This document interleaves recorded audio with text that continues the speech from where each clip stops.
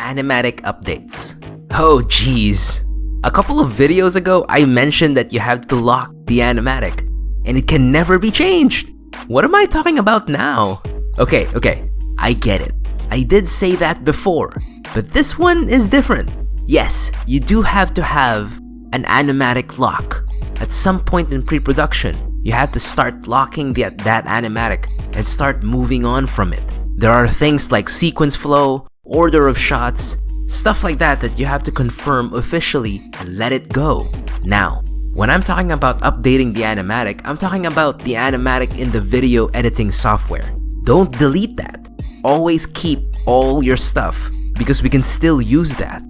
The animatic in the editor is the perfect blueprint for your movie already. The timing you put for each storyboard panel is great, so we can use that for the animation part later on. Take a note of the shot number and the frame count of each shot.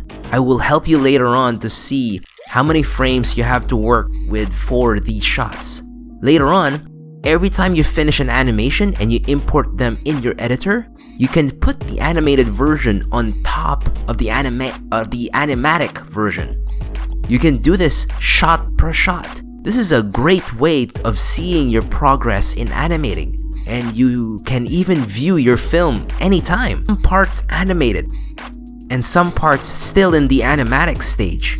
With this, you can make weekly checkups of your filmmaking progress, change some stuff, edit the timing of certain scenes, and improve your film along the way. There's no perfect method of making animation. There's always this level of embracing the chaos and slowly making a film out of the madness. This is pretty much just the order of parts that I personally have used throughout the years of making videos and working in a studio. The important part is that you're having fun. This order of steps is merely a guideline for your fun to keep going.